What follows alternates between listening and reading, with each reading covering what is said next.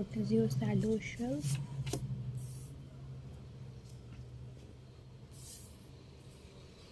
What is your shadow self? Pile one. What is your shadow self? The shadow will be visible.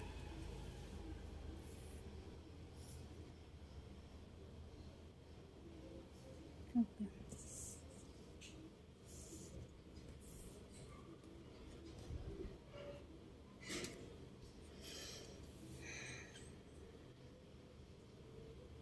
Okay, pile number one. So for you we have the Magician, Five of Wands, Page of Cups and Ace of Wands as your shadow self. So for you, pile number one, what I see is that you are represented here as a magician. You have a lot of tools. You might be good in your career, you might be good in sports, you might be good in drawing, you might be good in a lot of things. But sometimes what happens with you is that you get, like your own, I don't know how to say this thing. Maybe you have a problem of overthinking.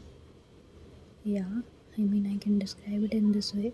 Basically, some it sounds so cliche, but you have so much of talent that sometimes your own talents mess up together. Like sometimes, suppose you are in a situation where you don't know what to do, and you are like, okay, let's try a hobby. So you would like to dance, but you would also like to swim. Maybe you would also like to, sing a song. Maybe you would also like to draw. So sometimes you get so confused what to do that you end up doing nothing, and your own, I don't know, like abilities fight with each other. That's your shadow self. Yeah, and then you end up being number one into something to being number five. Because you're too distracted with your own abilities. Yeah, it's like you have a lot of options, and sometimes your options distract you. Yeah, that's basically a problem of overthinking. What I'm seeing here is maybe in your love life too, that you have sometimes so much of good options and then you end up overthinking, and then you ruin it yourself. There is also some sort of overthinking coming in from this one. It's like even in the good things, you have this tendency to question it. Is it really on? Is it really happening with me? Do I deserve it? You might have a lot of missed opportunities in your life due to this thing of overthinking.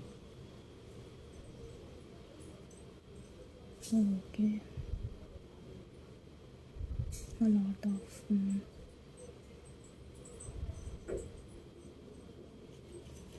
Let's see. Basically, your shadow self is overthinking a lot and messing over things. Like too much of options and not being decisive about it. Indecisiveness is also coming up. Even questioning in the good things. Suppose you like vanilla ice cream, right? But in that vanilla ice cream also you are questioning, what if it has too much calories, what if this, what if that. No, if you like it, have it. Don't have to question it all the time.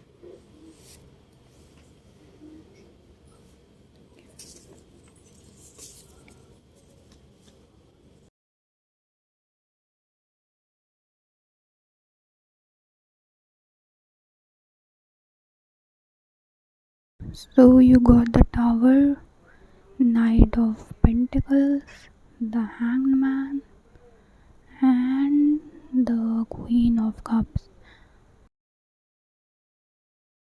And at the back of the deck, we have Six of Pentacles. The main message and the first message is slow down and don't rush. I see that doodle can help you in this. Like just draw a random pattern and you might color it as well. Even the pile you choose is kind of a doodle. you can do to stop this overthinking and restlessness. You can see this pattern, draw it. You can do anything creative you like, but don't try to rush the process or try to be perfect in it. Take your time and slowly do it. All the multiple hobbies and interests that you have are your treasures and learn to embrace them. Dance, draw, swim, paint, cook, read, write, but slowly. No rush. Even you can try listening to lofi songs. I feel like some of you don't like them, but at least you can give it a try, right? Okay, so this is what I am getting for you now. Let's see the extra message, which may or may not resonate with the reading, but you might need it the day you are watching it. And then we will end your reading.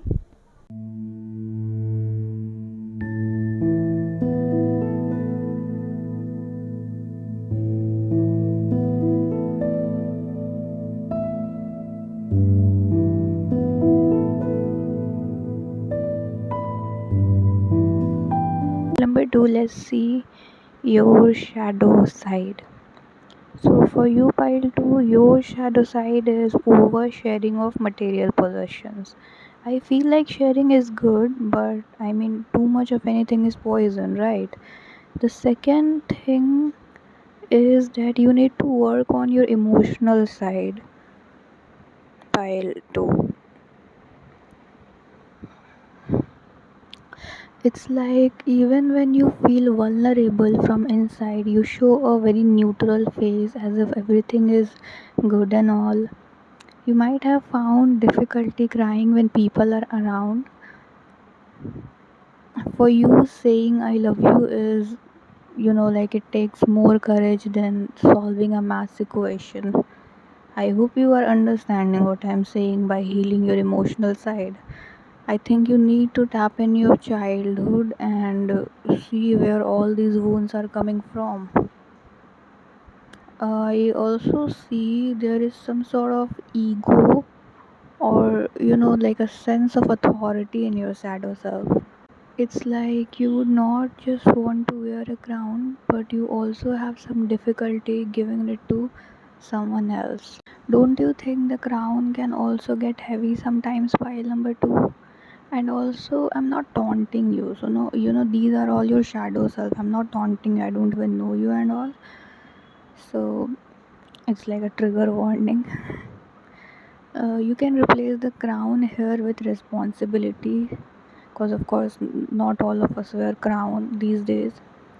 And another shadow self is that you want to know everything about the future, due to which you step back from taking risk. uh, I think we all want to know the future and outcomes, pile 2. Nothing's wrong in that, but sometimes taking a leap of faith is what should be our focus, right? What all we should be focusing on is just the moment, the present moment. So these are all the shadow self of you.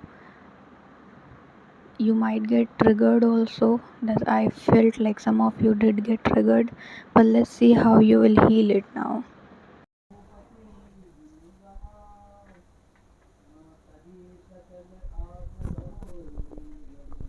Oh,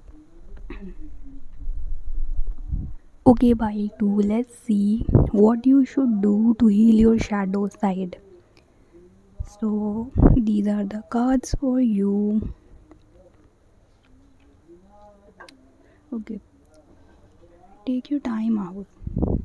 Looks like it's been a while, or maybe you have never really took some time out for yourself, pile too. And when I say this, I don't mean to take some time out to go on a vacation or enjoy or something. And it's not like I'm telling you stop enjoying or something. What I meant is take some time out from the busy world around you and look inside yourself. For you, inner child healing is coming very, very strongly. Go within. Your answers are inside you, not outside. Meditate. Ask the universe to guide you. This is actually what you need to do. Maybe you are finding your answers outside, but the answers are inside you. While too, I don't know if you are already spiritual or not, but spirituality is going to help you a lot. You have a lot of potential inside you, but they are untapped potential. There are certain belief and thought patterns which needs to get destroyed. And once you choose to look inside yourself, all these things will start happening for you gradually. You'll get enough strength to let anything go which doesn't serves you anymore, and then you will start this new beginning where your life will change completely for better. Of course, some of you don't believe in love and family life at all. I have been there. I see for you that this thing of not believing in love and family, this thing is also changing for you. Even in your career, I see you had to put in a lot of efforts to take, you know, like you had to put a lot of efforts, take a lot of responsibility to earn money. But once you choose to heal yourself, I see money will come effortlessly to you, pile too. Your life would be completely changed for better. So take this chance, meditate, journal, look inside you, ask the universe for signs, believe in miracles, have faith, lose control, and see how things unfold for you. Amazing, pile number two.